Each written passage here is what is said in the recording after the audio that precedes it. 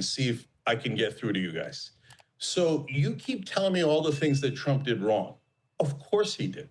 So I'm saying that it's a given that he's always going to do, for example, 90% of things massively wrong. And in the other 10% that he plans to do wrong, I'm saying we have a fighter's chance if we ally and we show hypocrisy, or we get allies. It's a win-win either way, okay? So for example, in opposing the war, either they become our allies and somehow at some point we stop this war, or we show, oh, you guys never meant it. Now you're the pro-war party, which makes us much more likely to win over independence and win the next election. In what universe? But as I say that, you keep framing it as if I agree with them 90%. MAGA has never cared about hypocrisy, ever. They already have their script ready for us attacking Iran. It was that Iran refused to accept a deal after we tore up the previous nuclear deal, after Trump tore it up, showing that we're not a country that can be trusted with anything ever, that we are not a stable country with a stable president or a stable leader. And then we proceeded to bomb them. And then our president proceeded to say, well, now we want peace, guys. And where I think that I'm going to flip them overnight on the 90%. Sorry, the rest of that point is, and guess what? MAGA tards, what did they say? Immediately. Well, it was actually art of the deal. They didn't accept the deal. So now, of course, they had 2 weeks to accept it and they didn't accept the deal. So, of course, he was going to fire on them. And it's not a forever war. We're not going to go to war with them. We're just showing peace through strength. And they actually attacked us first, somehow. And now what do we have? We have imminent concerns about Iranian strikes on U.S. airbase Qatar. In Qatar, Trump expected to meet with his national security team inside of the White House. That, as we learn, this is like breaking news. This happened this is less than 15 minutes ago. Of new warnings from U.S. sources to Fox of an imminent Iranian strike on a U.S. base in Qatar. In fact, it was the very same base that President Trump spoke at during his trip to the Middle East. Now, this is where the United States has its largest airbase in the Middle East, and Qatar has closed its airspace until further notice. You can look at the flight radar. There are literally no flights above Qatar right now. And the State Department is instructing all Americans to shelter in place. We are learning more about America's historic strike against Iran in the meantime. And new details are emerging about this weekend, how the U.S. carried out a highly precise airstrike mission that successfully took out 3 of Iran's most important nuclear sites. You've heard them by name: Fordow, Natanz, and Isfahan. And now President Trump is calling for peace. Iran's key nuclear enrichment facilities have been completely and totally obliterated. Iran, the bully of the Middle East, must now make peace. The president hailing the mission on Truth Social. The bully of the Middle East, Iran. Do you guys ever feel like you're going insane? You ever feel like it's over, like you're just going absolutely fucking insane?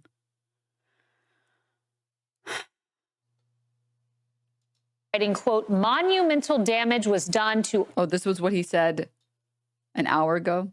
Did I hear former President Medvedev from Russia casually throwing around the N-word, nuclear, and saying that he and other countries would supply nuclear warheads to Iran? Did he really say that, or is that just a figment of my imagination? If he did say that, and if confirmed, please let me know immediately. The N-word should not be treated so casually. I guess that's why Putin's the boss.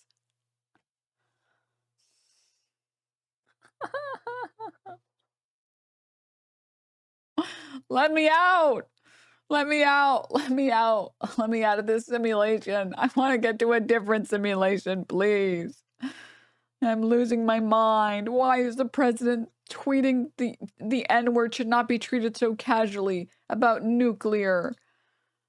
I guess that's why Putin's the boss. By the way, if anyone thinks our hardware was great over the weekend, far and away the strongest and best equipment we have, 20 years advanced over the pack, is our nuclear submarines. They are the most powerful and lethal weapons ever built and just launched the 30 Tomahawks. All 30 hit their mark perfectly.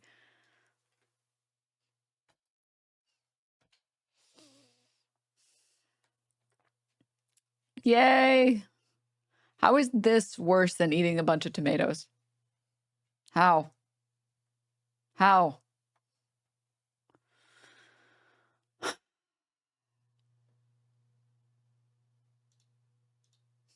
Why would you give me such an easy dunk? Hey, lady, hope you know how to mop a floor. Yeah, I'll mop the floor with your ass. Why would you give me such a slam dunk? Come on. Use your brain for 1 second. I know Denim's haters. The Denim hate is forced, and it makes you really dumb. But like, for the love of Christ. Oh, my God. Alley-oop, dude. All right. Going back. Oh, I actually got jump scared for a second. This woman is uncanny.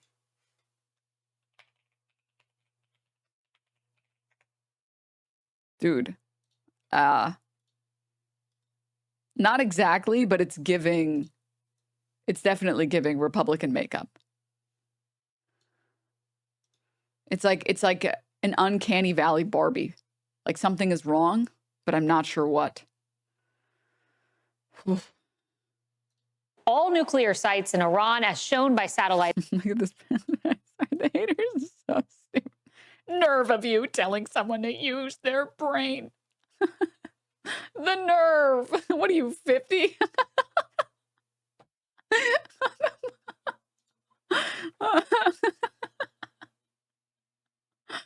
Oh my God. Your hero is Ethan 10 divided by 10 Klein, dude. Come on. Images, obliteration is an accurate term, and the Pentagon revealing just how unprecedented the mission actually was. The scope and scale of what occurred last night would take the breath away of almost any American if you had an opportunity to watch it in real time. This was the largest B-2 operational strike in U.S. history and the second longest B-2 mission ever flown. This operation underscores the unmatched capabilities and global reach of the United States military. This is Outnumbered. I'm Kayleigh McEnany here with my co-hosts Emily Campagno and Harris Faulkner. Also joining us, Tudor Dixon, former GOP gubernatorial candidate and host of the Tudor Dixon podcast, and Brian Kilmeade, Fox and Friends co-host, host of the Brian Kilmeade radio show. And by the way, what a crazy combination of names. Brian Kilmeade and Tudor Dixon.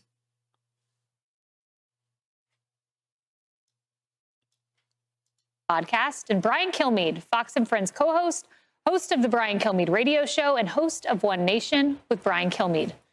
Well, first, let's go to Chief National Security Correspondent Jennifer Griffin, who joins us live from the Pentagon. Jennifer. Something about her eyes is throwing me off. It's because you're not supposed to use black mascara when you have bleach blonde hair. Bleach blonde, butch body. You're not supposed to use black mascara. I can use black mascara. My hair is dark enough that when I use black mascara, it looks good. It matches. But with her, the contrast is so strong. Like, my eyebrows are the same color as my eyeliner. So it's not like jarring. Hers don't. She looks terrifying. Significant intelligence warnings focused on Qatar right now, where the U.S. has its largest air base in the Middle East. Concerns that Iran will fire short or medium-range cruise and ballistic missiles or swarming drones at the U.S. base at Al Udeid. Satellite images show that the U.S. moved most of their unhangared aircraft out of Al Udeid last week, but still this could be a tempting target for Iranian retaliation. Embassies across Doha, the capital, have ordered their workers and their employees evacuated, and for those who remain to shelter in place, the threat appears to be imminent. From a technical standpoint, the military part of this operation on Saturday went flawlessly. 7 B-2 bombers took off from Whiteman Air Force Base in Missouri and traveled east, while another 2 traveled west over the Pacific, serving as a decoy. The B-2s can be seen on takeoff and landing, but were so stealth the Iranian air defenses never saw them. 125 U.S. warplanes were involved in the strike, including F-22 and F-35 escorts, 75 precision-guided weapons fired by the U.S. at Iran's 3 nuclear sites. The 4th and 5th generation aircraft pushed out in front of the strike package at high altitude and high speed, sweeping in front of the package for enemy fighters and surface-to-air missile threats. The B-2s took off from Missouri at 12:01 a.m. Saturday morning. 18 hours later, 12 massive ordnance penetrator bunker buster bombs dropped by 6 B-2 bombers on the main enrichment site in Fordo. A 7th B-2 bomber dropped 2 30,000-pound bombs on the underground uranium enrichment site at Natanz. Lastly, 30 Tomahawk missiles fired from an Ohio-class submarine 400 miles away landed at Isfahan. It is much too early to say what the bomb damage assessment at Isfahan, with its hardened tunnels some 600 feet deep, really were. Current and former Pentagon officials think the program was likely set back by 1 to 2 years, but no.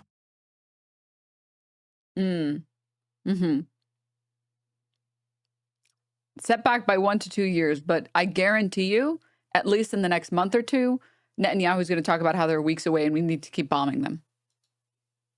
No one knows where the highly enriched uranium actually is, 900 pounds of it. And We set them back 1 to 2 years, but nobody actually knows where the uranium is, so I don't know. For 9 nuclear bombs. It could have been moved or could be buried, we're told. There is little doubt that the U.S. will now face a retaliatory strike from Iran. After the U.S. military killed General Qasem Soleimani in 2020, it took Iran 10 days to fire ballistic missiles at U.S. bases in Iraq, but this time it may come a lot sooner. Kayleigh? Jen, quick question for you, because I'm reading reports about the airspace being closed above Al Udeid Air Base there. Was there any effort to disperse troops ahead of this moment? Because 10,000 U.S. troops is a highly concentrated number of U.S. troops in one place. We don't have any details, but I can assure you that troops and embassy personnel have been dispersed, and the family members of those troops and embassy members were sent home in the last week. Also, we can report that many of those, we had satellite imagery showing that many of the planes that were at Al Udeid, the U.S. warplanes, they had been moved. You couldn't see them on the tarmac last week, but still a very tempting target symbolically and otherwise for the Iranians, and certainly closing the airspace over Qatar.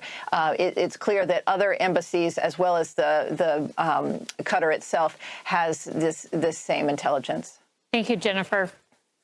You know, Harris, this has happened rapidly. We saw the UK make moves in the US, and now you can look at some of the satellite imagery and you do not see planes over Qatar. Yeah, I mean, what really flagged me was the shelter in place. So that happened much earlier today. And then you saw the UK get involved in that as well, telling its citizens as well. And that's always a sign that if you didn't get out, and we've heard President Trump in the last few days saying, get on something flying. You know, if you're in that region, and particularly on the ground in Israel, anywhere near there. So many people have taken it up to, and then they've got land bridges going to some of our friends and allies, as well as much as we can lean on them at this point. I mean, Jordan put out a pretty interesting statement that didn't support us, but maybe they just say that publicly, we hope. But in this instance, what's key here is Iran has hit us so many times as military bases around the region. Are we serious right now?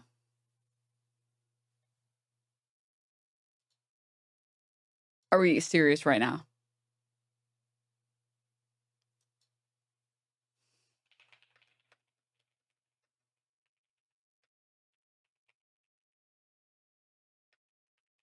The year is 42069. Sci-fi Here, Iran is but weeks maybe they away just from say that banning nuclear publicly. Weapons, as they have been for tens of thousands of years. The sci-fi states of America and Israel are bombing it.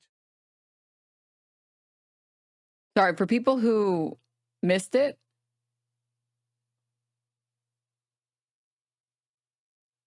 we hope.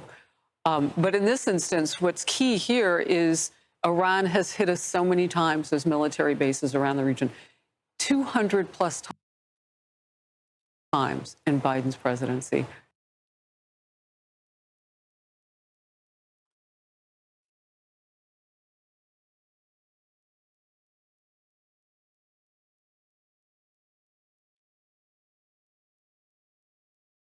wait, sorry, I'm getting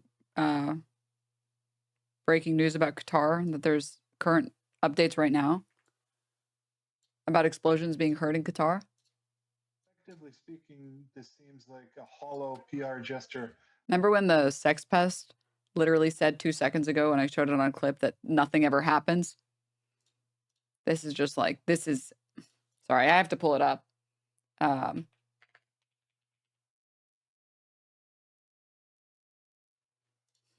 don't follow in world news what's going on. Is this like Luffy versus the Navy IRL? Grok, explain this conflict in One Piece terms. I'm going to be honest, I don't follow enough One Piece lore to be able to tell you yes or no on that. Sorry, let me find it. Like this, I can't believe we just watched this on stream today, right before this happened. If you know what I mean. All right, this is the Sometimes a decade happens in a minute, and sometimes minutes happen in a decade. This is the decades happening in weeks right now. Yeah. What we're hearing from a... It's not. I'm all in. I'm all in on nothing ever happens. This shit is done in 4 days. Israel's going to bomb some more nuclear reactor shit. Iran's out of weapons. It's all over. The country... Breaking. The U.S. has completed bombing of Iran nuclear sites. Explosion at Fordo. This is the decades...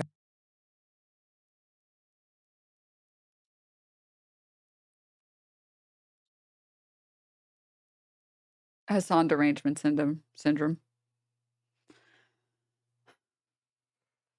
Fucking Christ. Okay, sorry. Let's see the live broadcast right now. Have developed resilience against U.S. and Israeli aggressions over the past decades. They have overcome sanctions, terrorist attacks. Sorry, I want to go back a little bit. And many statements suggesting that the one time now. 3 people died in the strike. Hospital Not this. Apologies. Has become a life. Terrorist attacks by U.S. and Israeli-backed and trained terrorist groups, and we have developed this resilience. Yes, every now and then we hear the defense system. We also cheer the launching of missiles in response to Israeli aggression, which brings confidence and national unity. There is a lot more unity. People who did not agree on certain political or maybe cultural issues inside a country are now all condemning Israeli attacks, and they're demanding a strong response from the government. And that's the main change that you can see in the Iranian society. But apart from that, I can tell you that for the most part, normal life is going on, and people are keeping up. Okay, we're going to bring you more now on our breaking news, the loud explosions that have been heard over the Qatari capital, Doha, in the past 30 minutes. Let's go to Ali Hashem. He's in the Iranian capital, Tehran, because we're seeing, Ali, Tasnim news agency saying that an operation called Annunciation of Victory has begun against U.S. air bases in Qatar and indeed in Iraq. What more can you tell us? Well, it seems that this is the beginning of an Iranian retaliation towards American bases in the Gulf. We've heard and saw pictures from Qatar. Also, there are reports from Iraq. Now there are reports of sirens in Bahrain. So it seems these missile launches are targeting several bases around the Gulf. The Iranians say that this is in retaliation to the United States attack on the 3 nuclear sites on Sunday morning. And for now, we are not sure what's the scope and what's the timing. I mean, how much will this continue? Or it's going to be a one hit and that's it. And of course, whether this is also going to be a pretext for the United States to retaliate or to enter the war, this is something no one knows. It's just part of the analysis. Now, many analysts think that this could be a kind of a choreographed attack that is being, I mean, the Americans are informed in advance, just like in 2020 when Iran retaliated to the killing of General Soleimani, and the Iranian knowing in advance of the attack on Fordo. But these are just speculations. Whatever is going to happen is going to happen just after these attacks. And then we will know what's the posture, what's the status quo. But this is unprecedented, of course. Of course, it is unprecedented. There was talk of Iran retaliating, as you say, against the U.S. strikes on its 3 nuclear sites in Iran. However, the U.S. warned that if it did, there would be severe retaliation in response. So many people believed that Iran might actually do an alternative retaliation, something covert, something cyber, something like closing the Strait of Hormuz. The region was on alert. The US bases in the region were on alert. But it's hard to believe that actually this was going to happen, that Iran was going to go through with escalating this conflict in the way it has. Well, the fact is that the whole situation is escalated. It's been escalated since yesterday dawn when the nuclear facilities were attacked. And we thought that the Iranians were taking their time to consider, to calculate before retaliating. They've retaliated against Israel by hitting, by launching several barrages towards different Israeli cities yesterday and today. And now it's clear that the Iranians want to make a clear statement that they will not allow any breach to their sovereignty. But what is the cost of this, and what is going to be the ceiling for such an escalation? This is something that no one knows. We are still also waiting a political retaliation from the Iranians, the NPT exit that the parliament was discussing. And actually, this is going to be another major escalation in retaliation to the attacks. So the whole region is now on the verge of an explosion, probably, just in case the United States is going to deal with these attacks without practicing restraint as expected. Because in the last time when something similar happened in 2020, the Americans, the United States assassinated General Soleimani. Then the Iranians retaliated by hitting the American base in Iraq, Ain al-Assad, and then things went to calm. Now, are things going to calm this time? This is a big question, especially in the middle of a war, a wide-range war that we are witnessing, probably the first in the history of this region in years. This is maybe the first major war in this region after the 2003 invasion of Iraq. And today, earlier today, we heard from President Trump hinting towards regime change, hinting without saying it clearly. But it's obvious now that things are escalating, things are getting in a way or another to the verge of out of control category. We need to see. OK, Ali, just stay with us, if you will. I'm just going to bring our viewers up to speed. It's just gone 17 GMT. If you're just joining us, I'm Laura Kyle. You're watching Al Jazeera. We are coming to you from Qatar, where just in the past half an hour, there have been sounds of loud explosions over Doha. Indeed, the explosions that we could hear in the studio. We understand that Iran has fired missiles towards the US base in Qatar. Now, that is situated outside of the capital, Doha, an Al Udeid air base, where there are normally some 10,000 soldiers stationed. I want to take a quick peek at what this coverage looks like. Whilst they say, look, going forward, this will probably be worked out diplomatically. I mean, the damage wrought to the relationship between Iran and Qatar will be significant. The damage, just the perceptual damage for citizens, the trust deficit that will now be in place between these two countries is really hard to overestimate at this point. I think it would be fair to say that the region is very much on high alert for further action. It is not clear whether these attacks that we are seeing now are one-off attacks. The Iranians have certainly talked about proportional attacks, and the Americans have talked about their strikes on Iran being a one-off at this point. So it's very difficult to know what happens next. But certainly, a real sense of shocked, despite the fact that these were, there was intelligence to suggest that all day this could happen. Becky Anderson, we'll continue to check in with you. I want to check in with CNN's Caitlin Collins, who is at the White House. Caitlin, what are you seeing there? What is happening at the White House? Yeah, Anderson, right before we got confirmation that these strikes had been launched from Iran towards the airbase in Qatar, I was just upstairs at the White House.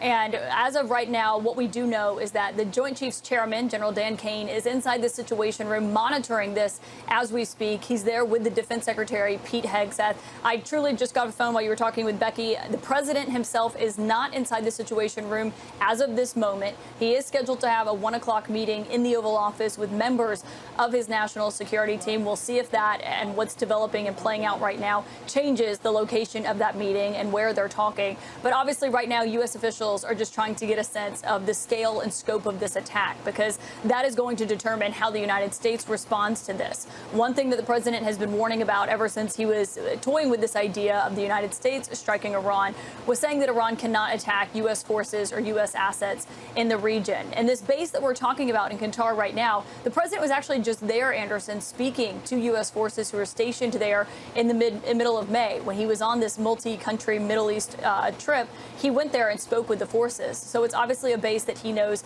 incredibly well as they are continuing to monitor this. They knew that Iran would likely respond after they struck on Saturday night, but what they want to know is how much a weakened Iran can respond and what exactly the extent of this looks like. And that has been the concern that we've been hearing from the president's Republican allies who are skeptical. And Caitlin, we just got word that 10 missiles were fired at Qatar, one at a facility in Iraq. That's the latest word that we have right now. But continue, please. Well, and with those 10 missiles, I mean, that is something that the Joint Chiefs Chairman and the Defense Secretary are obviously going to be tracking to see what exactly the extent of that looks like. And if they believe it's kind of a measured response, obviously this happened when the president was on office the last time. This is the exact reason that people have been saying that you don't get to just bomb a country and then expect nothing else to happen. Expect there to be no repercussions whatsoever. Like, you either commit to deciding that you're going to pull in Iraq or in Afghanistan and you are going to begin a war, which is why people are calling this a war. That's why the first strike that the U.S. got involved in, it was considered a war, because you have to put troops on the ground, or because diplomatic measures are off the table. Especially with Trump, diplomatic measures are off the table. What reason do the Iranians have to believe that America would ever follow through with any diplomatic agreement? Response to America's aggression. And right now, if we're looking at media, they're only mentioning the Al-Udeid air base in Qatar as a place that has been struck. However, they also say that there is going to be a statement from the military coming out very soon. So the Iranians are clearly also projecting this here at home on state TV, telling the people that their response is now underway. But it doesn't need come. You're absolutely right. After what were a lot of airstrikes today on the Iranian capital, also west of the Iranian capital, and where we really heard throughout the course of the day several times that airstrikes had happened, and some of them really rocking a lot of buildings in areas that we were in as well, Anderson. Fred, just quickly, are they portraying this on Iranian state TV as a strike? This is the response, or this is the beginning of a response? Because we're now, we just got word there was 10 missiles fired toward Qatar, one in Iraq. Was there an indication that this is part of an ongoing series of strikes, or did they not specify?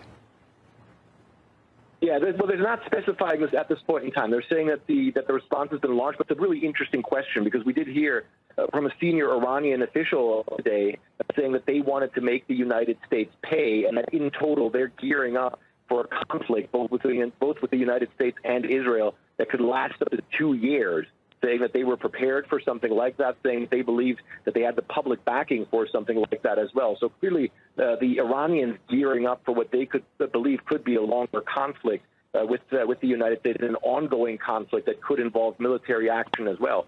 whether or not in response to the strikes on the nuclear facilities, this is a one-off or this is something where the Iranians might launch further strikes as well. At this point in time, they're not saying, but I think that they do believe that right now they are situated in a direct military confrontation, not just with Israel, but also with the United States, Anderson.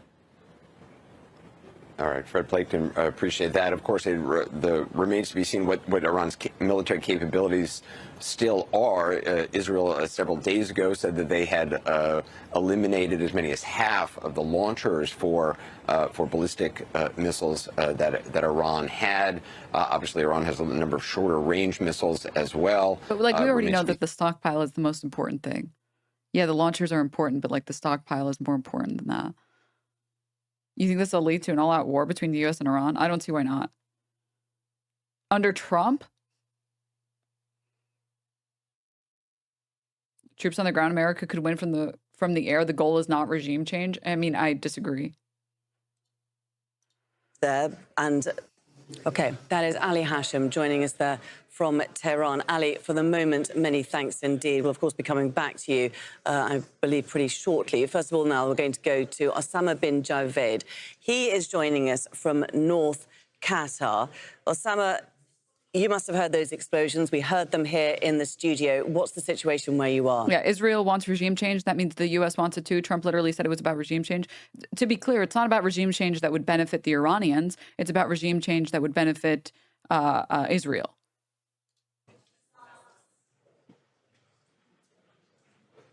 Well, it was extraordinary scenes here in the skies of Qatar where multiple projectiles were launched, incoming and outgoing, where a majority of them were intercepted. So far, we did not see any explosions take place apart from the ones that we saw in the sky. It appears that these were ballistic missiles that were fired from Iran towards Qatari airspace and specifically towards the Udeid airbase. As YouGov poll.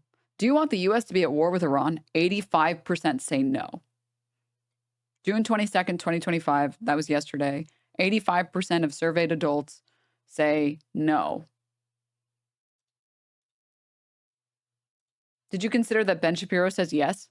Ali was just reading you the statement from the IRGC. So it appears that the Udeid airbase, which is the largest in the region, has now come under attack. And this was the first time that its air defense systems, the Patriot missile batteries that have been stationed here, did come into test. There were multiple explosions that were heard here. And in the lead up to this happening, in the few hours here in Qatar, multiple embassies, including the US and the UK embassy, advised its residents to take shelter.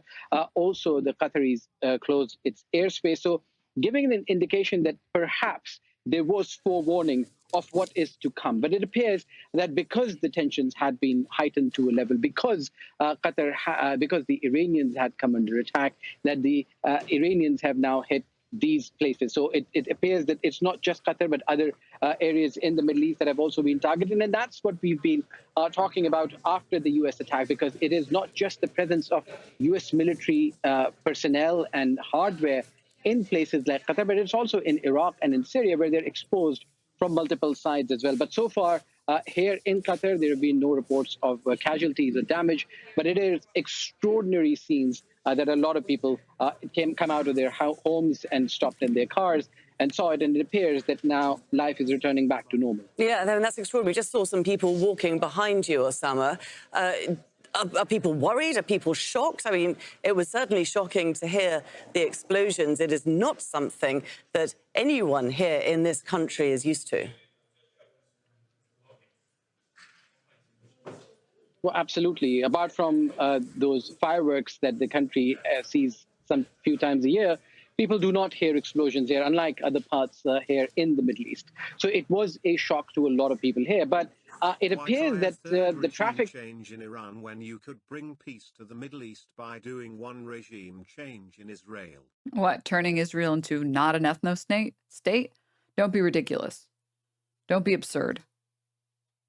Is normal in the streets. It appears that people are going out about their business. There was a lot of concern by people because you have to realize that a majority of the population of this country comprises of expatriates, people who come from other parts of the world to this country, and especially the news of airspace closure was concerning. But it appears that this was a temporary suspension. So far, the airspace remains closed, but we're expecting that it will be open soon. And also, because there was so much warning ahead of time, it appears that either the Iranians hinted or gave some sort of warning to the Qataris or the Americans. And this is something that we saw in the lead up to the attack on the American base, the first American base in the region, Ain al-Assad. I was in Baghdad. We were looking at all the warnings that were coming towards it. And then finally, it was hit by pinpointed missiles. So it appears an exercise more sort of that in nature, but no damage or no real panic in the streets, because life here did not stop. Restaurants here are operating. I've just saw people going about their business. As these explosions were happening, there are people walking across because there was a call to prayer and people were going for their evening prayer. So yes, it is extraordinary for people in Qatar, but it's not extraordinary in the Middle East. And it appears that the worst might be over. You say that people were going about their normal lives as it was happening. I mean, we were seeing warnings by the US Embassy, by the UK Embassy to shelter in place. But I wonder how many of those warnings got through to other people. And were there any air raid sirens? Was there any actual warning that this was going to happen to the majority of the people in Qatar? Well, there were no air raid sirens that we heard here in the northern part of Qatar, but there were some earlier warning, because this had been going on for the last 5 to 6 hours that the advisories were being issued. We were hearing from not just the embassies, but here the local media and all of the... Are they just closing the Strait of Hormuz or just military base attacks? I mean, I think that they're doing both right now. Seemingly, they're closing the strait and they're also attacking the military bases. And they've also seemingly fired on Iraq. Media groups were active. People were talking to each other. People were asking each other for advice what to do. So it appears that people knew that there was something which was imminent, that something was coming. But it appears that a lot of people did not really think much about it, and life continued as normal. Because I, before doing this live shot, went to a close-by mall. It wasn't as crowded as weekdays, but there were people there. So it appears that these warnings did get through to people, but there was no early warning system that was put into place. And it also appears that this might be an indication of the threat was not directly at either the population centers here in Qatar or towards the civilian areas, because the Al Udeid base is away from the population centers. It is secluded. It also has a Qatari military base adjoining it, and also an airstrip adjacent to it as well. So these warnings seem to have worked so far, because none of these missiles, as far as we are concerned, we haven't seen any reports yet of landing in places where they would have caused any damage to people or property.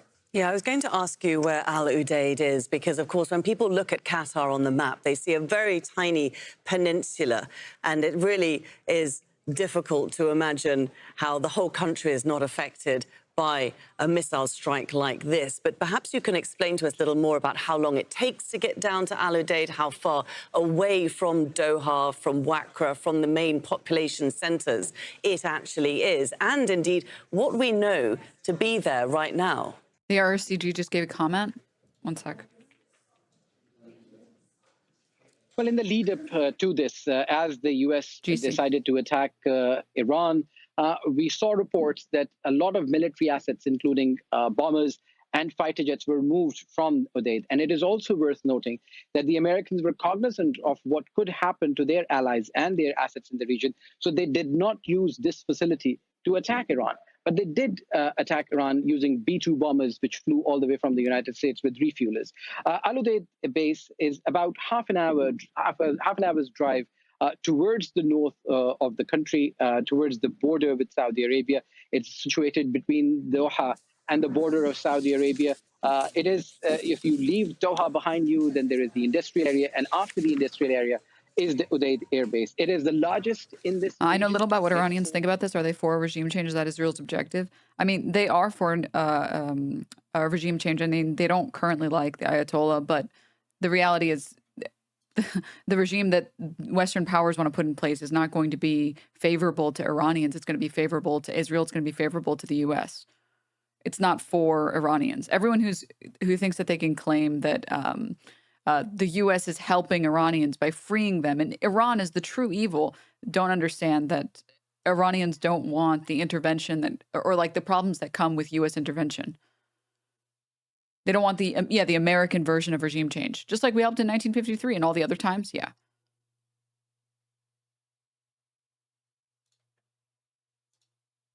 Here as well. And obviously, the Qataris have installed air defenses on all major installations as well, including the airport and other parts of this country. So yes, it appears on the map to be a small country, but it's a large area. And these strategically placed locations are away from population centers. And as you heard from the IRGC statement that Ali just a few minutes ago read out as well, that it appears that not just the Americans, the Iranians are also aware of this very important relationship that they have with Qatar, an important strategic ally in the region, that they wouldn't want to.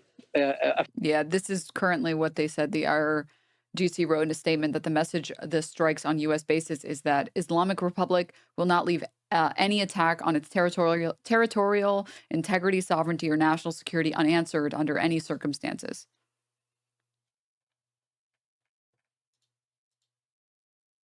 The moment there is a reason why the U.S. never got involved directly in the Russian-Ukrainian conflict. And it's because the second that the U.S. is personally involved and they are personally striking bases and they are personally deploying troops or whatever, there will be retaliation. The massive difference between providing weaponry or providing aid or providing any type of financial benefit to one power and personally getting involved is massive. The moment that's the reason why everyone's calling this a war. That's why everyone said that the war is on the table, that we are getting into war with Iran. The moment that the U.S. got involved is the moment that war with Iran began. Well, at least two U.S. military bases in Iraq, namely Ain al-Assad in Anbar province in western Iraq. And prepare for all of Western media to ignore our strikes on the Iranian nuclear facilities. And only talk about this and say, well, we had to enter this war because they struck our military bases unprovoked. Aligned armored groups, namely what is so-called the Islamic resistance, that includes a number of Iran-aligned armored groups. They have been threatening to target U.S. interests and mainly military bases in the region, and especially in Iraq, if the United States intervenes in favor of Israel in this conflict and targets sites inside Iran, which the U.S. already did. And now the U.S. embassy in Baghdad has been cordoned with military forces deployed in the area. The Green Zone, which is home to diplomatic missions and government offices, is also on high alert at this moment after these threats. We have been getting conflicting reports today pertaining to whether or not attacks happened against these two military bases or not today.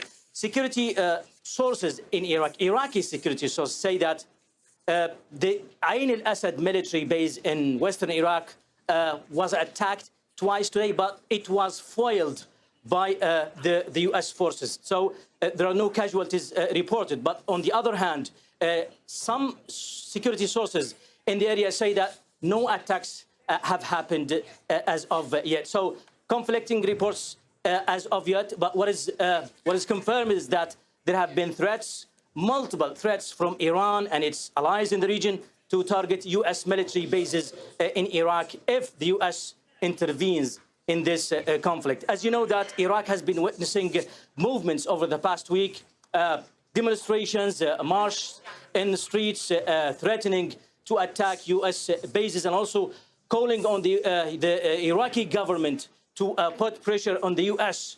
not to allow Israel to use Iraqi airspace to carry out airstrikes inside Iran. Just tell us a little bit more, Mahmoud, about the U.S. bases that exist in Iraq, because they've been there for quite some time and they are quite significant, aren't they?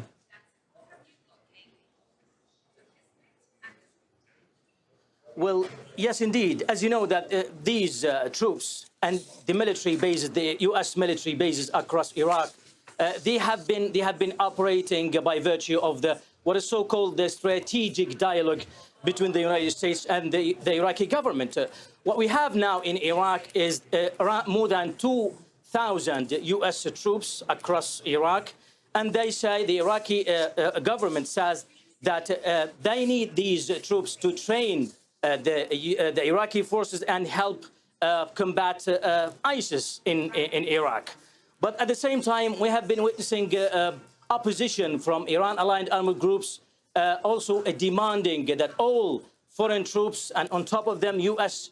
and international coalition forces, to leave Iraq. In fact, they call them the occupation forces. As you know, that these military bases, U.S. military bases, have been receiving hundreds of attacks from Iran-aligned armed groups over the past 2 years. You know that there have been attacks and counterattacks. These armed groups have been attacking U.S. military bases in Iraq, and the headquarters in Iraq have been also receiving attacks from the U.S. forces since the beginning of the Israeli military campaign on Gaza in 2023. So the situation remains very tense, with security forces deployed around U.S. military bases and also interests, and that includes the U.S. embassy in the Green Zone in Baghdad and its consulate in Erbil in northern Iraq. And the US bases there, they've been attacked before, haven't they, by Iran or by the affiliated proxies, by the militia in Iraq. Notably, a very pre-warned, a pre-signaled attack following the assassination of Qasem Soleimani, the Al-Quds chief, the Quds chief in Iraq. It was assassinated by the US back in 2020. Again, Iran responded. That was designed, though, wasn't it, to be a very contained, understated attack. Do you see the threat that's happening today to be in the same bracket?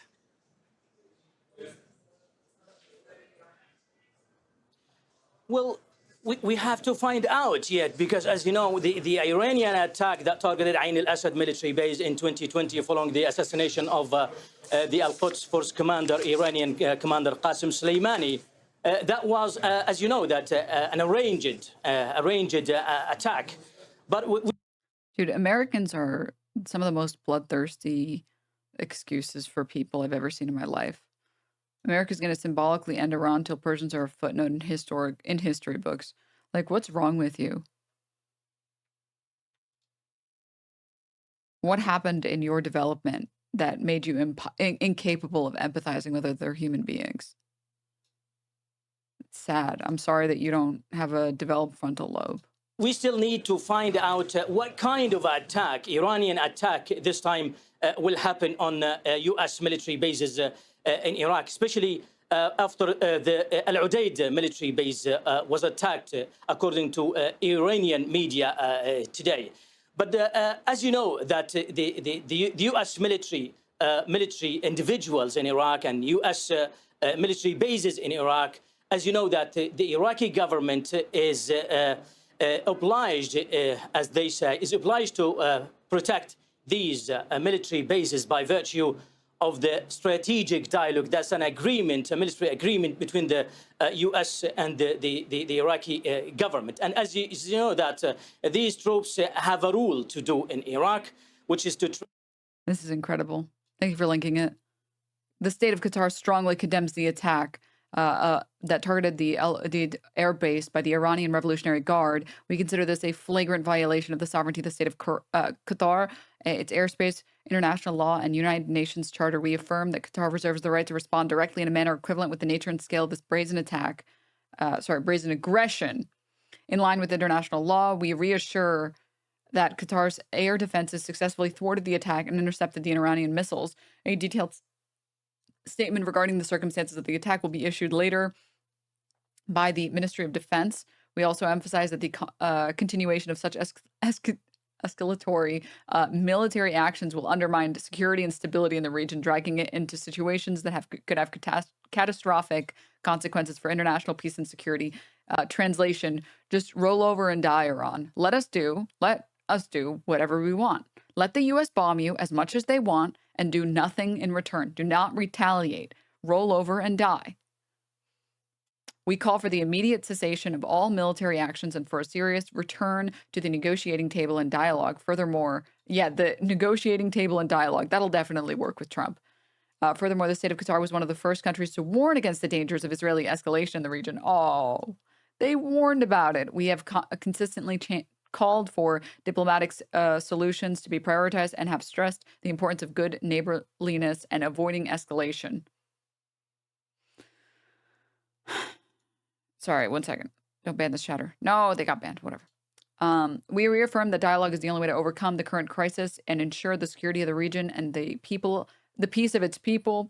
The base has been evacuated earlier, following established security and precautionary messages given the tensions, in the region. All necessary steps were taken to ensure the safety of the personnel at the base, including Qatari armed forces, friendly forces, and others. We confirm that no injuries or human casualties resulted from the attack. Yeah, from what I saw, this is some of the footage currently in Qatar, and you can see the missiles getting seemingly intercepted.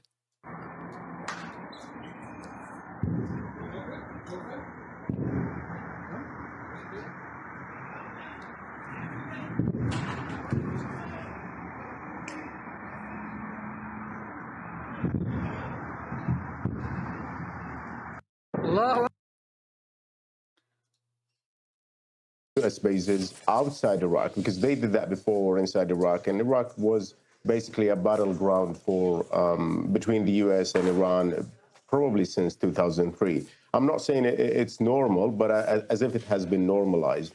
But now this is going way beyond Iraq and attacking a third country like Qatar, which houses the base. The base, by the way, does not have only U.S. troops. It has also Qatari troops. But fortunately, and according to the statement coming from the spokesperson, this base has already been evacuated. My immediate assessment is that Iran has already informed the U.S. and probably the Qatari sides about this incoming attack. And probably this looks like the previous attack that was in response to the assassination of Qasem Soleimani, basically symbolic. And the escalation might go in two ways. The first is, and I hope this is the case, that Iran after that might say, well, this is face-saving in front of our people. We did respond, and maybe now it's time for negotiations. Or this would escalate in the other direction. Which, of course, it was going to escalate. I'm in Qatar. My whole house shook. We're currently in the basement, hoping this is the last of it. I see that you don't agree with anything that has been going on, but you never really provide your own beliefs. What did you want to happen? And now that things have gone the way that they have, what do you hope to happen now? I mean, you've only been following for 1 minute, so I'm not sure exactly how you have seen that I don't agree with anything that's been going on. If you stick around for a little bit, you might be able to see, and you might be able to see some of the beliefs that I provide. But I wouldn't expect someone who's only been following for a minute to know that. Me watching a movie in the first minute.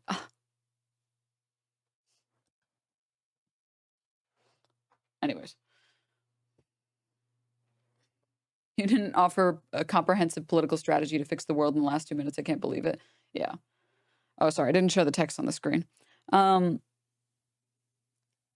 I mean, Trump can, as an idea, not directly bomb Iran. Trump could, as an idea, not pretend like we aren't the aggressors in this situation. Trump could, I don't know, provide any attempt at all for diplomatic measures. We explicitly provided a date. It was supposed to be on last Sunday for peace talks with Iran. And we kept up the ruse that we were going to have the peace talks on Sunday so that we could help Israel strike against Iran. And then we claimed we didn't have anything to do with that. We didn't know. And then later admitted, well, yeah, we didn't want to cancel those peace talks because if we canceled those peace talks, then they might have moved some of their, they might have gotten suspicious and then moved some of the targets of Israel's attack.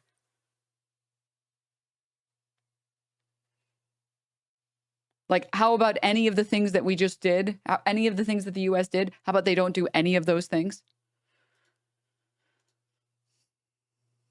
I like this chatter too. You ain't said a word for the past 30 minutes, dummies.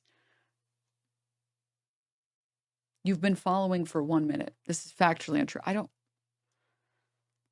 I don't know what happens. I don't know what it is in Chatter's Denims hater brains. They're just like, they're damaged. They're super damaged. Full skate park.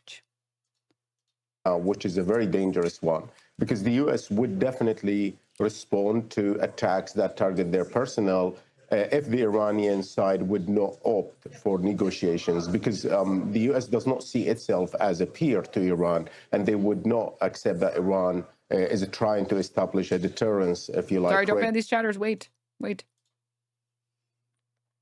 Oh, no, they're gone. Never mind. It's fine. Line. Why was Qatar targeted?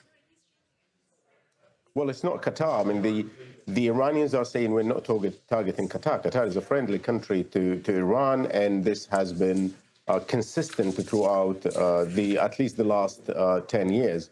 They're saying we're targeting U.S. bases in the region. And probably the statements, I haven't seen the statements coming from the Iranians, but I would expect that they would say that some of the bases in the region were part of the attack on Fordo and other cities, on Isfahan and other nuclear sites by the U.S. And they would say that this is a response because we cannot reach the U.S. And so we are trying to send a warning shot or shots to the Americans so that they don't attack us, because their bases are very close by and we could inflict serious harm.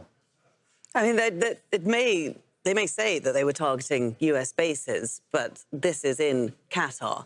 So they were also they chose to target the U.S. base in Qatar. So what does that mean for Qatar-Iranian relations going forward? Because they tend to have a good relationship. Well, I cannot speak for Qatar, but I could see from the We moved on from Qatar to Qatar.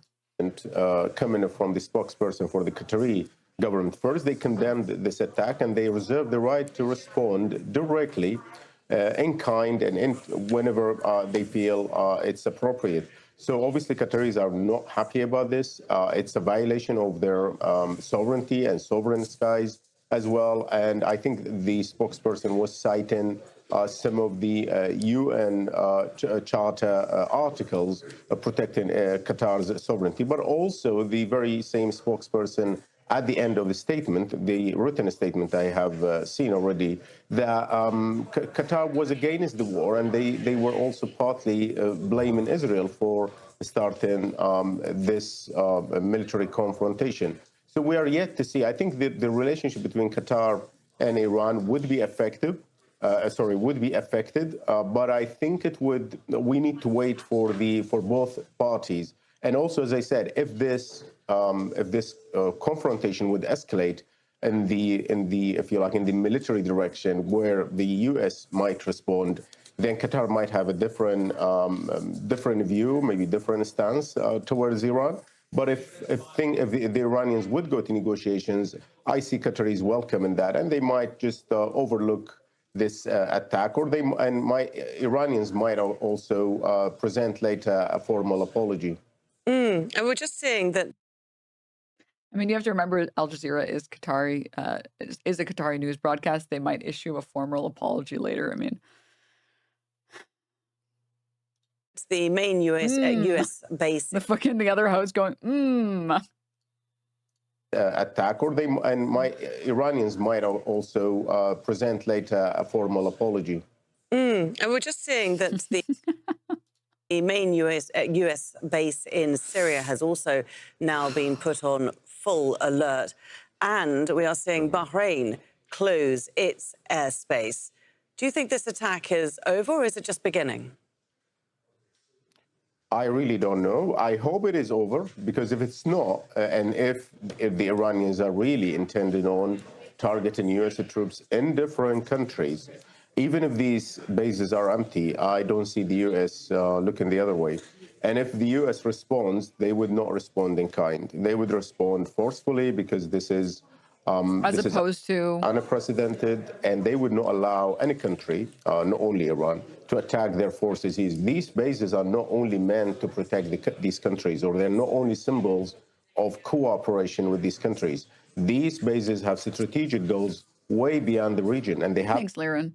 Bro, what are these questions this lady's asking? How is the guy supposed to know? Been here for decades, some of them, and I mean, it's 24/7 news cycle is just, hey, this is what other people are thinking, provide a non-answer, right? And some others for years and years. So they would not allow Iran to target different U.S. bases simultaneously without paying for it. I don't see them keeping silent. But my assessment, and I don't have any information really because it's just happened.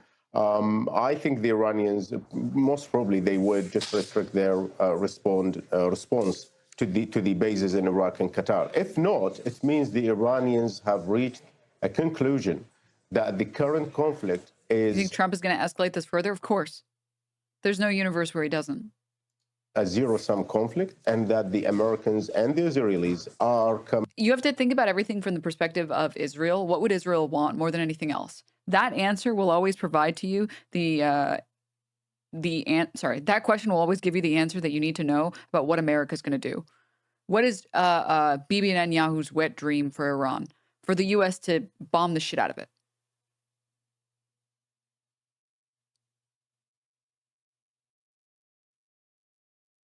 Okay, that's what the U.S.'s goal is. Come in to topple the regime. If this is the conclusion that has been drawn by the Iranian government, then yes, we will see more attacks on different bases in the region. Okay, Mohammed Saloom, great to get your calm analysis at this time here in Qatar. Many thanks indeed for joining us. Well, Iran's Revolutionary Guards Corps has released a statement following the attacks in Doha. It says it launched a powerful and devastating missile attack on the Al Udeid airbase in Qatar. Now, this base serves as the command center of the U.S. Air Force and is the largest strategic asset of the American terrorist army. This is like American centrism, or like American individualism at its fucking peak. Must be nice to gain viewers from fear. There's no fear, or there shouldn't be fear for Americans. There should be fear for the people that live in the fucking Middle East. In West Asia.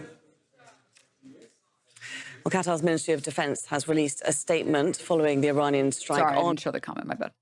At U.S. base. Qatar is saying that its air defenses intercepted a salvo of missiles targeting the Al Udeid airbase. It continued saying the incident did not result in any deaths nor in any injuries. The ministry says Qatar's airspace and territory are safe. Well, joining us now from northern Doha is our correspondent, Dorsa Jabari. Dorsa, you are also out on the streets of Doha. Tell us what the situation is there, some hour now after we heard those explosions. Before we do that, I want to see the Fox News spin.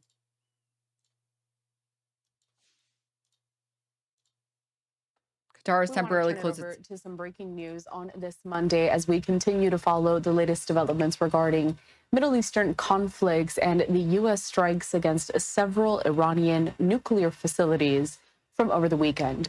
Taking a look here at a post from Fox News correspondent Trey Yingst, as he says this: Qatar has temporarily closed its airspace. American citizens in Qatar have received an alert to shelter in place. Officials warned that Iran could respond to the U.S. strikes over the weekend with an attack on American interests in Qatar. A couple of more posts here on social media. This one coming in from the State Department, where it says, Qatar, out of an abundance of caution, we recommend American citizens shelter in place until further notice. And then we also, of course, are following the latest breaking news from our partners at Fox News, as they also deliver this information, limited at this time because it is developing. It is an ongoing situation. And as I do want to bring up some more of the developments on this front and this war between Israel and Iran, let's take a live look here over in Tel Aviv. On the 11th day on the conflict that is continuing, Israel said it attacked, quote, regime targets and government repression bodies in the heart of Tehran. But Israeli officials insisted they did not seek the overthrow of Iran's government, their arch enemy since the country's 1979 Islamic Revolution. Like, I don't know who they think that they're lying to when there's literally fucking Truth Social tweets or post from Trump talking about how, where is it? Why is it's in the thumbnail of this video? Where is it in this actual video? Trump talking about how he's hinting at a regime change. Without seeking authorization from Congress, Republicans are for the... Good morning to you. Well, Illinois Democrats are condemning the president for striking Iran without seeking authorization from Congress. Republicans are, for the most part, supporting the president's action. Let's start with the reaction from Democratic lawmakers this morning. Illinois Congresswoman Robin Kelly and U.S. Senators Dick Durbin and Tammy Duckworth agreed that Iran should never have nuclear weapons, but said that President Trump's action to break the Iran nuclear deal in his first term in office led to a more dangerous situation for the U.S. This is so insane to say when the behavior that the U.S. is engaged in is objectively the only behavior that leads to a nation actively trying to obtain nuclear weapons as quickly as possible for the purposes of deterring attacks. U.S. to be in right now. Senator Durbin's statement reading in part, quote, President Trump's actions in bombing Iran puts the U.S. Dude, like, what a joke that Fox News is like, oh, no, Israel doesn't want a regime change for Iran. They definitely don't want that. Meanwhile, Trump literally is saying it's not politically correct to use the term regime change, but if the current Iranian regime is unable to make Iran great again, why wouldn't there be a regime change? And then he writes, instead of MAGA, MIGA, M-I-G-A, that sounded concerningly close to something else. Make Iran great again. Which is like, how do you not realize that this is exactly what Israel wants?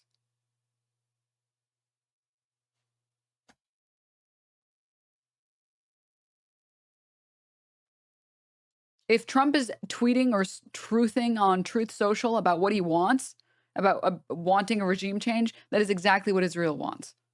That's all you need to know.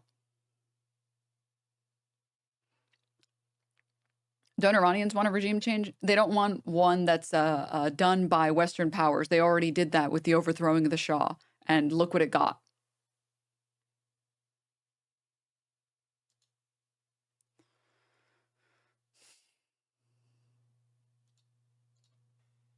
The Israeli military warned Iranians that it would continue to attack military sites over Tehran over the coming days as it has shifted to symbolic targets as well. The military issued the warning on the social media platform X, though Iranians are struggling to access the outside world as an internet shutdown has crippled the country. This, according to that reporting from the Associated Press. Those latest strikes came only hours after President Trump openly raised the possibility himself after just a day earlier inserting America into the war with its unprecedented stealth bomber strike on 3 Iranian nuclear sites. White House Press Secretary Caroline Leavitt later describing President Trump as simply raising a question. However, suggestions of overthrowing the Iranian government drew new anger from Tehran, which insists it will not negotiate at this time and is threatening to retaliate directly against either American troops or... What a joke, dude. All right. I'm going to get back to the live coverage. Attack that targeted Al Udeid Air Base by the Iranian Revolutionary Guard. We consider this a flagrant violation of the sovereignty of the state of Qatar, its airspace, international law and the United Nations Charter. We affirm that Qatar reserves the right to respond directly in a manner equivalent with the nature and scale of this brazen aggression in line with international law. And Iran's Revolutionary Guard Corps has also released a statement following these attacks in Doha. It says it launched a powerful and devastating missile attack on the Al Udeid Air Base in Qatar. This base serves as the command center of the U.S. Air Force and is the largest strategic asset of the American terrorist army in West Asia. Let's go. Dude, how does it feel to be this chatter and be so stupid? Free the Middle East from radical Islam, terrorist organizations, and oppressive regimes. Anyone who sponsors terrorist groups that wish the death of all non-believers or the Western world should not be allowed nukes.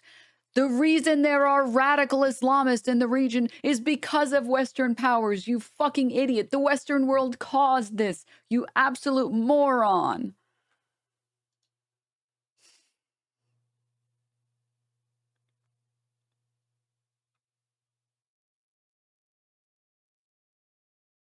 Like, you know what the craziest thing is too?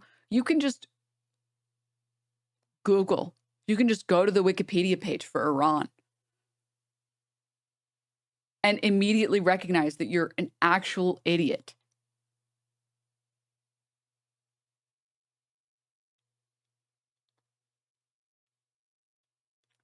Like, literally, one search will show you what has caused radical Islamists in the region. In 1953, the CIA and MI6 backed a 1953 Iranian coup overthrew Iran's democratically elected prime minister, who nationalized the country's oil industry to reclaim sovereignty from British control. The coup reinstated Mohammed Pahlavi as an absolute monarch and significantly increased United States' influence over Iran. Economically, American firms gained considerable power over Iranian oil production. Like, one Google search will show you. One search will show you that the only reason that extremist Islamist terrorist groups exist is because of Western intervention. Like, you are so fucking stupid to assume that it's just these dirty, evil Arab Muslims, and that's why they just can't help become terrorists. That's why. It's definitely not because the CIA has gotten involved. It's definitely not because of Western involvement. It's definitely not because of oil or profits. Like, please, for the love of God, dude. To the White House now, where we can join our correspondent, Kimberly Halkett. Sorry, don't ban this chatter. No, I keep mods. You can not ban as often. This is a good time to read chat messages. You can leave them up for a little bit. You of all people calling anyone stupid is hilarious. There's like a 100% chance you either listen to Asmongold, the guy who has constantly been proven wrong about tariffs, about Donald Trump's policies, about whether or not Trump would be a war hawk or a peace dove, the guy who lives in mold, who has his ceiling fucking fall through, or you listen to Ethan 10 divided by 10 Klein. So I don't know that anyone should trust your opinion on who is smart and who is not on commentating on things. And Kimberly, as far as we know, Trump is currently in the Situation Room. What more can you tell us? This chatter. America 100% does have a lot to answer for. That's common sense. Doesn't change the fact that radical Islam is harming innocent civilians in those countries. So your solution is to bomb them and make the situation worse? And cause more terrorist organizations to exist? What are you, stupid?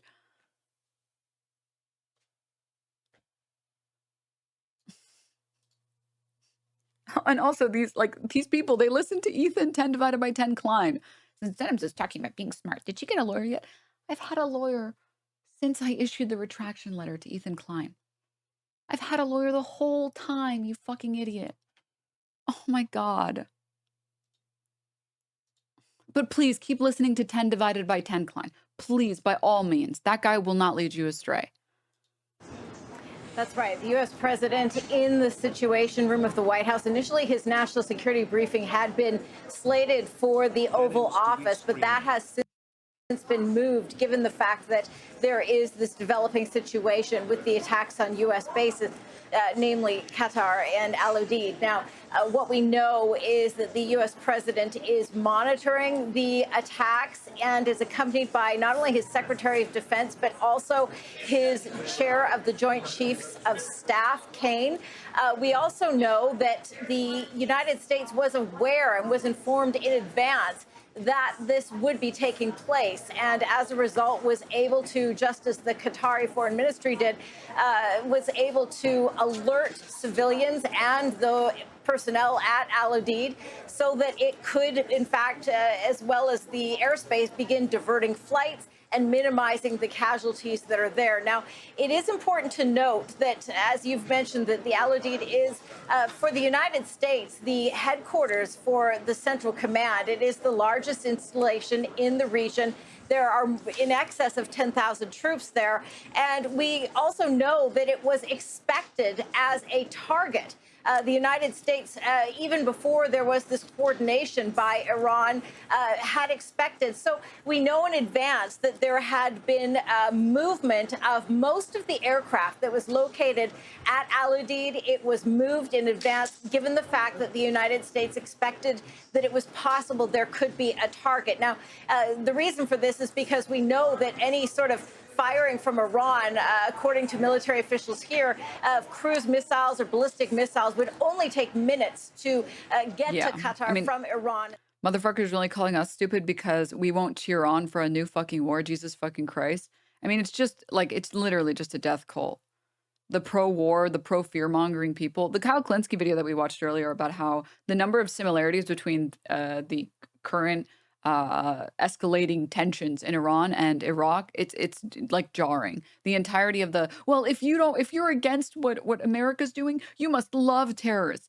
You actually are the exact person that fell for the fucking Iraq propaganda a few decades ago. You are the same baby-brained idiot if you're falling for the same bullshit. You would have fallen for it if you didn't already fall for George Bush's false pretenses on the Iraqi war. And also, like, these people, like, radical Islam has been around way longer than the USA. History involves more than the last 70 years. And guess what? Every type of radical extremist, every type of religious extremist has existed. Are we just ignoring the church? We're just going to ignore the entirety of every single atrocity committed by the church. You don't solve radical religious beliefs by bombing the shit out of these countries and ruining people's material conditions. They will not have the opportunity or ability to improve their conditions if they don't even have like basic food, water, like stable housing. Like, that's not how you fix radical extremist religious beliefs. That only hardens their stance. And that's why Israel engages in that behavior, because it's much easier to get idiots like you to fall for this type of propaganda. Why do you think Israel does what they do? Because they know that dipshits like you will always be around to eat up their fucking horse shit, dude. They know you will always be around to be like, you're right. Those radical extremists, they're crazy. We got to get them under control. That's why they help put these people in power. That's why they help put religious extremists in power, because it's much easier to justify bombing campaigns against them. I don't know how you can espouse such absurd statements about religious extremism when you refuse to even do any research on religious extremism at all. How do you fix it? By not bombing Iran. By not ripping up our nuclear deals with Iran.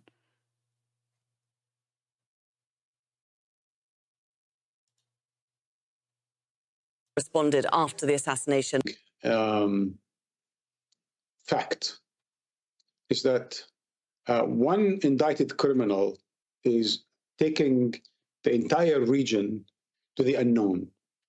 The way Netanyahu has been manipulating the American administration, the way he chose to attack Iran when it was basically defenseless after an earlier attack on its air defenses, the way he wants to, put the region on notice. He wants a regime change. He wants to terrorize a number of other regimes if need be. All of these are precedents, and all of these have started with Netanyahu, and we really don't know that the war he started will ever end or when it will ever end. So that's the big question, isn't it? What happens next once we've come to terms with where we're at right now? And we just heard from Kimberly that there are thoughts within the White House already that this could be a symbolic attack, that it was pre-warned, that it was contained, that it was very much directed only at an airbase. Would you agree with that?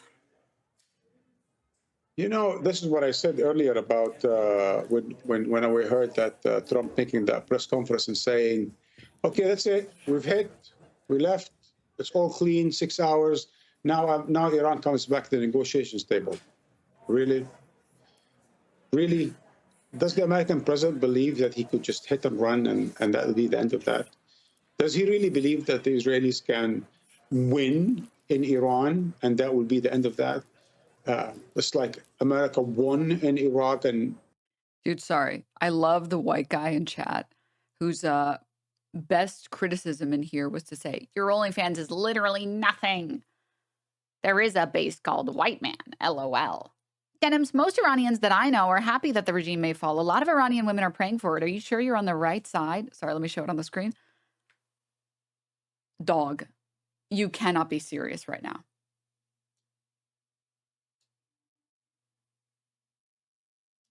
I don't know who you think you're fooling. You don't know any Iranian bad bitches, and I can tell for a fact that you don't.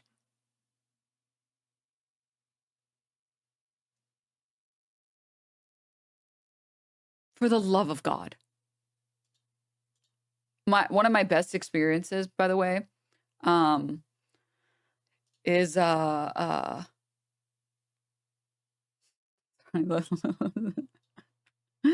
are these people's insults so bad? Racist against white people too. LOL, how dumb can she be? Racist against white people. That's a new one. Amazing. Denims is overweight, by the way. Show face. Come on, show face, buddy. Come on, show it. Unless you're too pussy. Oh, you're too pussy. Oh, is it just projection? Oh. One of my favorite experiences is when I get my eyebrows threaded and I get my eyebrows done. The two women that work there are both Iranian women. And the entire time, she's like working on my shit. And I'm like in pain. I also been getting electrolysis and microbladed and everything. I'm like getting brutalized. And they're both like, have you seen some of the videos coming out right now? You know who's to blame for this shit? Fucking Western powers. Their fucking greed. Their fucking brutal, brutal greed. That's why all these people have to die. Because of Western greed. Like, you don't know Iranian people if you think that they're happy that Western powers might get this regime to fall so that it's replaced by an even worse regime. You're actually a moron and you don't know any people that actually are from Iran. Yeah, this chatter really came in and said, Denims, I know a lot of Iranians, and they all happen to agree with my political views that also happen to align with the war-horny U.S. government. Yeah. Oh, God. Anyway. It's stupid. An announced mission accomplished. This is the thing about this misunderstanding, this selective memory, this ahistorical view of Middle East and Middle East conflicts and wars, is that everyone seems to think that, they are, and they will be the first to do this and that and the other. We've seen it before, and we've seen how it has a ramification, and we see one war leading to another war, And so this continues, and it will probably expand. And now Trump has no choice. I mean, what is he going to do? Either he will do what he did with Soleimani and say, okay, fine, now we are Keat, as they say, we're equal. We've killed Soleimani, you've bombed our base in Iraq, and that's the end of that. But if the Iranians are putting all the American bases on notice, he has no choice but to respond. If he responds, what does that say about his agenda? What does that say about his legacy? What does that say about his base? What does that say about his beliefs, about other American presidents that preceded him, that started or got involved or were manipulated into wars in the Middle East? So it makes him, one of many that all basically ended up in failure. You and I were speaking earlier about regime change. America has tried regime change. We've seen even American officials in their, in one Phil Gordon's book about losing the long game, how it was all regretful. There was no point. America lost a lot in it and lost credibility and money. It didn't lead to the intended change and so on and so forth. And here we have Netanyahu, once again, manipulating an American president into yet another regional confrontation. And we're talking a lot about the US response, Marwan. But what about Qatar's response? It has put out a statement saying it reserves the right to respond, and it is within its rights under the UN Charter and under international law. What do we think they are going to do about this? Well, they certainly established a principle that, you shouldn't be attacking another sovereign country, in this case, Qatar. But I think there were so many apologies in just 2 hours by the Iranians towards Qatar that we didn't mean, it's not about you, we don't want, we understand you, we appreciate you, and so on and so forth. I think it's probably important that they reserve the right, but whether they will act, I doubt it, but it remains to be seen. Okay. Marwan, many thanks indeed for joining us there from Paris. It's just gone 18 GMT. If you're just joining us here on Al Jazeera, let's bring you up to speed with the very latest. Iran has fired a salvo of missiles at Qatar, targeting the US airbase situated in the country.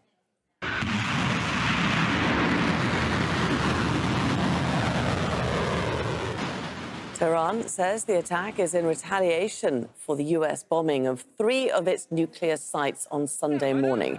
Now, these are some of the interceptions that were seen over the skies of the Qatari capital in Doha.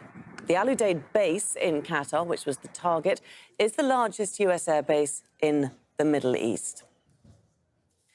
Well, Qatar's Ministry of Defense has released a statement following the Iranian strike on the US base. Qatar says its air defenses intercepted missiles targeting the Al Udeid airbase. It continued saying the incident did not result in any deaths nor in any injuries. The ministry says Qatar's airspace and territory are safe.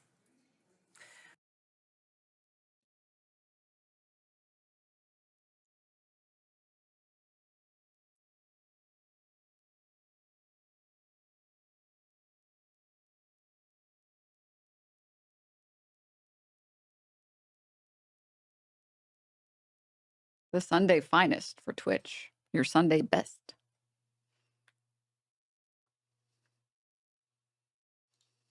I see. Well, Qatar's Foreign Ministry spokesman Majid Al-Ansari put out a statement saying the state of Qatar strongly condemns the attack that targeted Al Udeid airbase by the Iran Revolutionary Guard. We consider, he said, this a flagrant violation of the sovereignty of the state of Qatar, of its airspace, of international law and the United Nations Charter. We affirm that Qatar reserves the right to respond directly in a manner equivalent with the nature and scale of this brazen aggression. Borders together. However, what happened today in Qatar, the condemnation from the Qatari government, the United States, of course, we're waiting the United States position on this, and the Iranian National Security Council, Supreme National Security Council, ensuring in its own words in a statement that this was not meant at the state of Qatar, at the friendly state of Qatar or the people of Qatar. However, it was mainly meant on the United States soldiers that are based in that base in Al Udeid.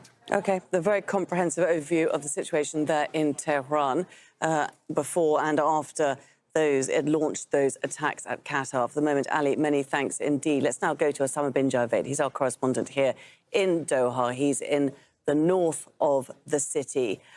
First of all, it was an hour and a half ago that these attacks happened. Where were you, Osama, and what was your experience of them? Denims is streaming. Denims is streaming. I am streaming. That is factually true by a patriot. Corey, sorry. Corey, thank you so much for the 5 gift subs. Thank you.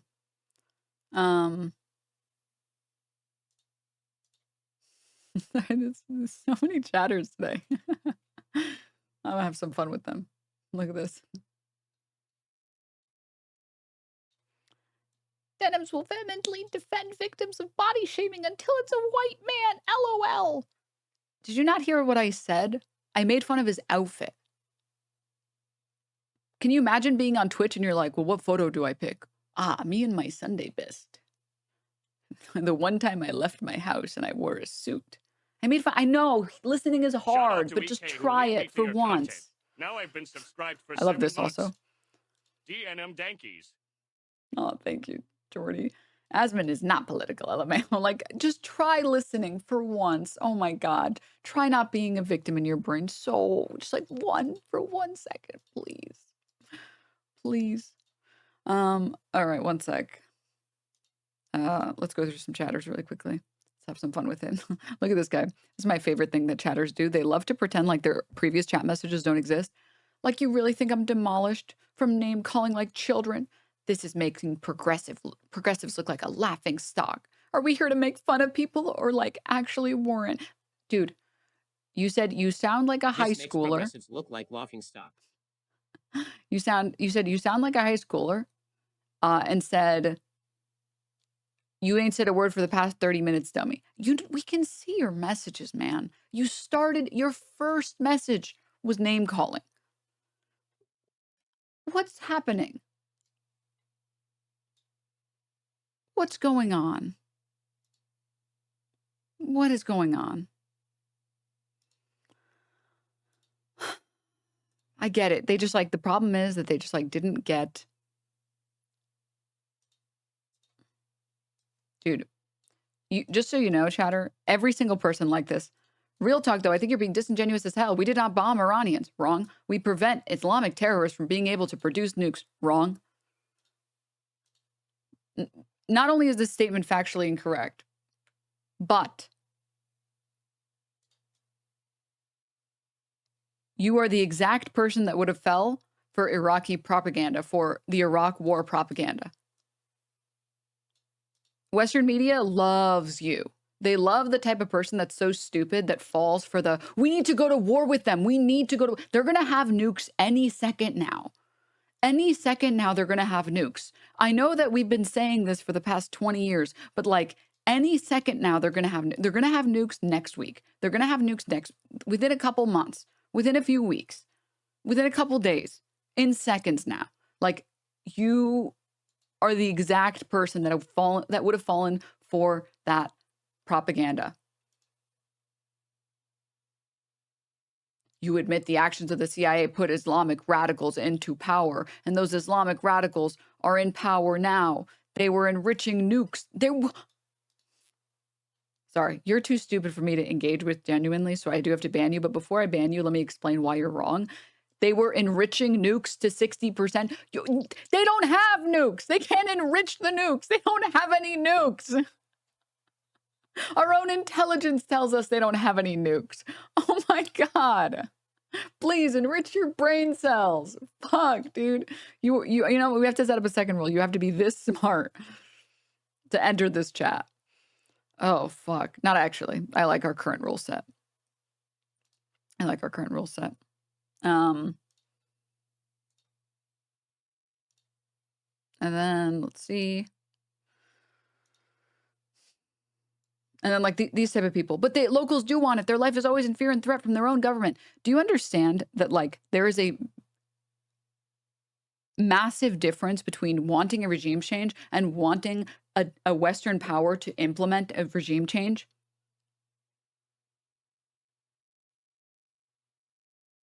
This is the equivalent of you saying, oh, I really want a car. I want to save up and get a really nice car. And your parents take your money and they go buy you a shithole car. And you're like, but I know I said I wanted a car, but I was hoping for something, you know, made within the past decade. And they're like, you literally were crying about how you wanted a car. And then we get you one and now you're upset. And we spent your money to get it and you're still upset for some reason. They should have the ability to democratically elect their own leaders.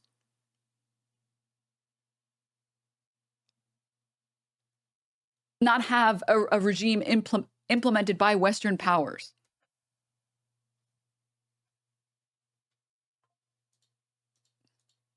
This is completely right. Chatter, you're totally spitting right now. Destroy an open, developing democratic society and then use their lack of democracy as an excuse to do anything to them forever? Correct. 100%.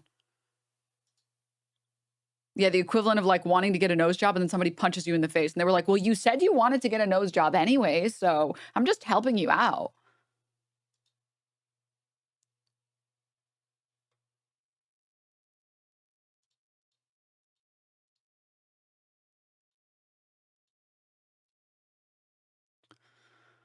So anyways, yeah, it really is sad to see like manufactured consent work on so many people. Like it's a little bit wild because it feels like one of those things that it shouldn't happen and people shouldn't be able to fall for it. And it happens anyways.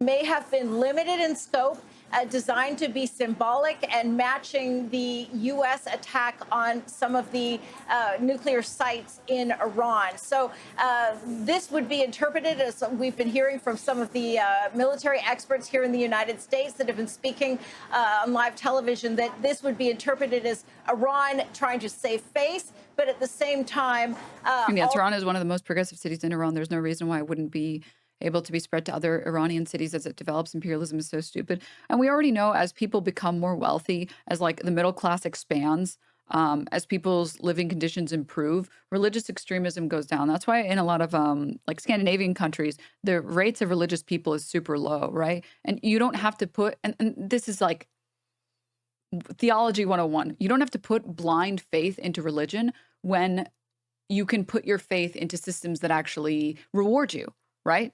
So when you have healthcare, when you have stable housing, when you have progressive policies, when you have food, water, job market, like all of these conditions are met, you have everything that you need in life. It's a lot harder for people to feel like they have to turn to religion because they don't know what else to do, because they feel like a small speck in like the dark void of the world and in the universe. So they're like, oh, well, surely like I have to turn to religion. The only thing that can fix such a large problem is a large deity. People turn to religion in difficult times.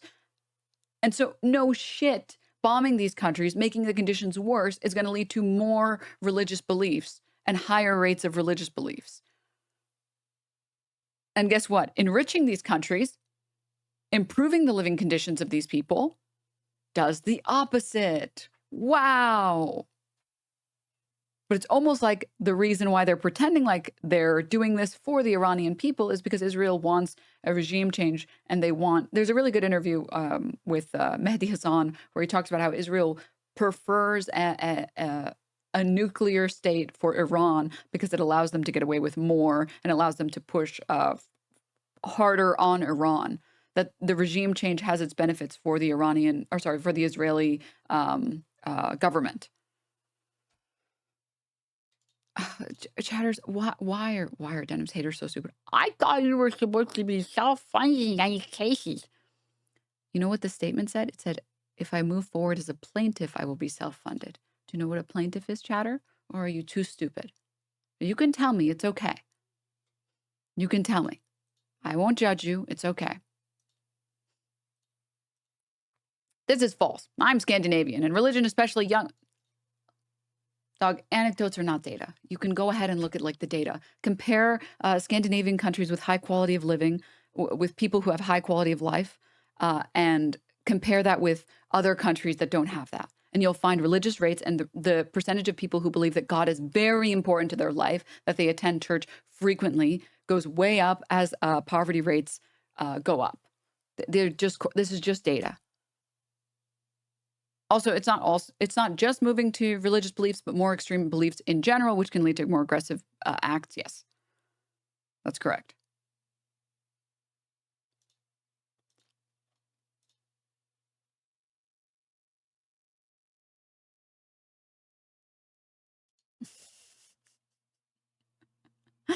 Your argument makes no sense. It's like saying North Koreans can protest and fight for a regime change. Those protesters are going to get killed. Can someone check if this chatter is following Asmongold? Those Iranians do not have the freedom to protest the current regime and force a change. Yes, they do, and they literally have been protesting it. You don't care about Iranians. You're just pretending to care about Iranians. They've been protesting their government for the past, I don't even know how many decades. And if you gave a shit about Iranian people, you would know that. It's why that's why they need external help, by killing them and bombing them. Oh, I see you're struggling to pay your rent. What if I just bomb your house? That'll help you, right? That'll help you. We did not kill them. There's little...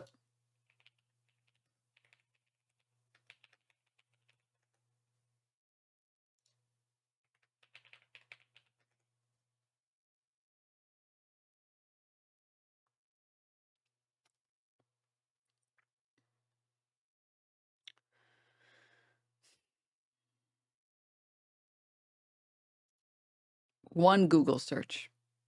One Google search. from 1 day ago. At least 430 Iranian civilians killed this week, according to Health Hospitals Ministry. in Tehran. One Google search. One. They bombed Tehran, you fucking imbecile. Oh my God. How hard are you coping that you think that not a single civilian in Iran has died?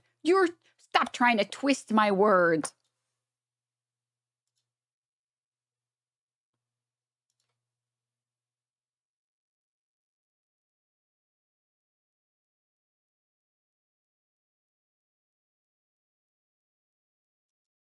Says Iranians haven't been killed. Proves Iranians have been killed. Stop trying to twist my words. You're like the biggest. You congrats. You get the biggest dumb fuck award for today. I'm giving it out from now on. I'm giving it to you from now on. All right? You get the award. It's hard when all you eat is crayons, chat, okay? It's hard. All righty. This chat, did he respond? Anything to say? No comment. No comment. No comment. He didn't know what plaintiff means. He didn't know what plaintiff meant, dude. No comment. Nothing to say. Oh, God, dude. Oh, God. Oh, Christ. It's brutal. It's so brutal. Also saying that there is room for negotiation, something that the United States president said he was looking for. What he wasn't looking for in his public statements on social media was retaliation. In fact, he was very clear. He said 1 day ago, any retaliation by Iran against the United States will be met with force far greater than the initial U.S. strikes. So we're watching carefully here at the White House to see what the next steps will be. Again, the U.S. president, we have been reporting here on Al Jazeera, has largely been calling the shots, literally and figuratively, himself.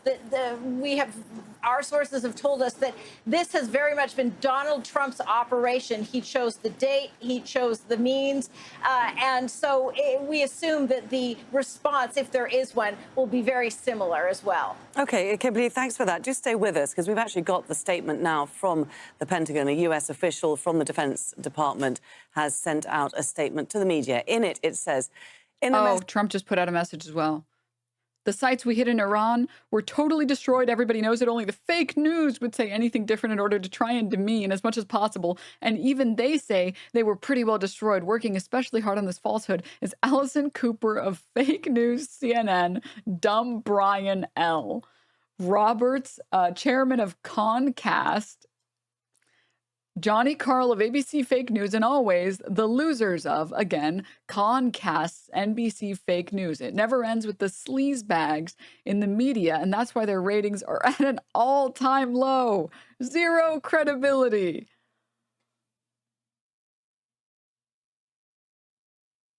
I gotta say, I'm glad that, like, my middle name doesn't start with an L, because that's brutal. Imagine your middle name is L. It starts with an L. Brian L. Roberts.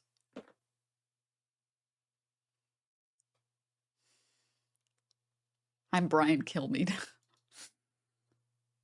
Message, the duty officer said, I can confirm that the Al Udeid Air Base was attacked by short-range and medium-range ballistic missiles originating from Iran today. At this time, there are no reports of U.S. casualties, and we are monitoring this situation closely and will provide more information as it becomes available. Kimberly, as you were saying before, there was pre-signaling of this attack through back channels, through diplomatic channels. I'm also wondering about the threats threats to other U.S. bases. Also, I just saw we got 2 tomato times, so let's go. In the region, because we're seeing a number of other U.S. bases on high alert. We're seeing a number of other countries, such as Kuwait and Bahrain, closing their airspace as well. Yeah, that's right. Given the fact that there is a concern about other U.S. targets. And we have been reporting that these were expected to be vulnerable points within the Middle East. There are more than 40,000 U.S. troops stationed in the Middle East in various different locations: Turkey, Lebanon, Bahrain, Iraq, Kuwait, Qatar, as we know, Saudi Arabia, and the United Arab Emirates. We also know that there are U.S. assets that have been positioned in the region to help Israel defend itself and also to protect U.S. interests. And so given the fact that there is such an enormous presence of the U.S. forces in the region, they were automatically going to be targets. But there are also concerns here about targets in the United States. There is a heightened alert here in the U.S. The Department of Homeland Security Secretary Kristi Noem raising the alert level to very high, sort of maximum, and warning American citizens to be on alert for a number of possibilities. Iran is known for cyber attacks, being able to hit the financial and banking systems of the United States. That it has partners with Russia, China, who have also had successful attacks on the United States, and that this could hit things like hospitals. It could hit the energy grid. So these are other concerns that are being made aware here in the U.S. There is the feeling that, well, some military analysts are saying that this is symbolic, that this may be a contained response. The United States is not taking any chances and is heightening an awareness and alert, not just abroad, but here in the U.S. as well.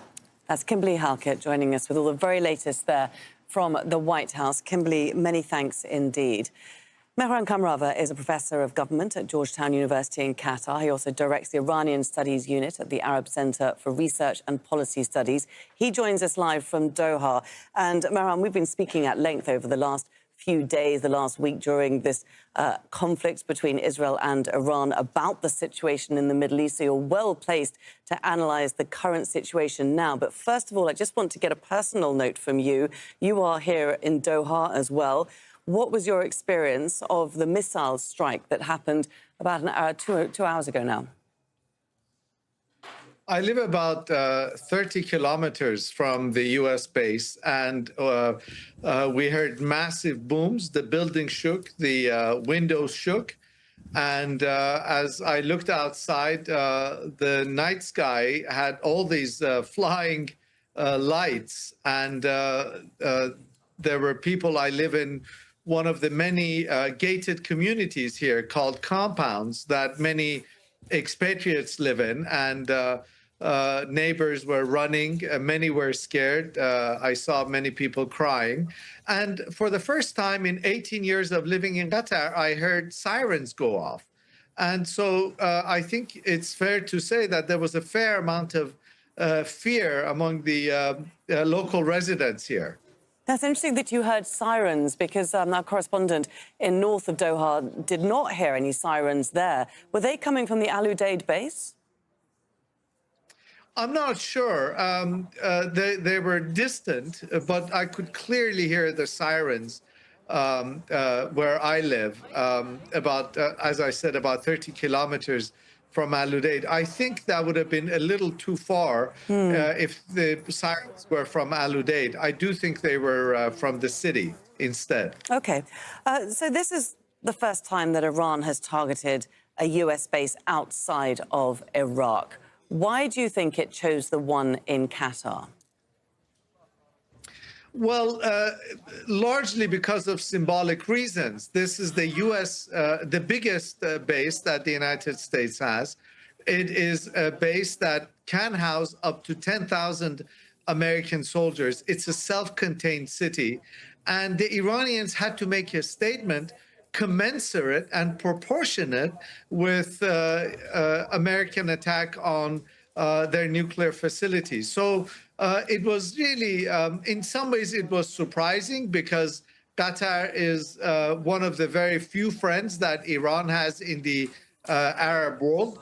But at the same time, it was not surprising in the sense that Al Udeid is really, it symbolizes America's military presence here in the region. As you say, Qatar symbolizes as if it isn't literally American military presence, excuse me.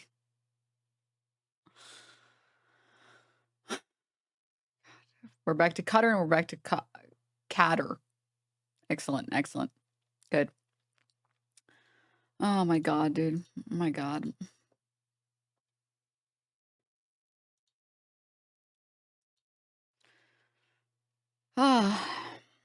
Well, I think that is a good place to end the stream. All right. Seemingly we're gonna end off on Qatar being attacked, Iraq seemingly being attacked. I think the missiles have been intercepted. But please like keep an eye out for all of the instances of manufactured consent you will be seeing on CNN, on MSNBC, on CBS, on all these things, because it will happen. It absolutely will happen.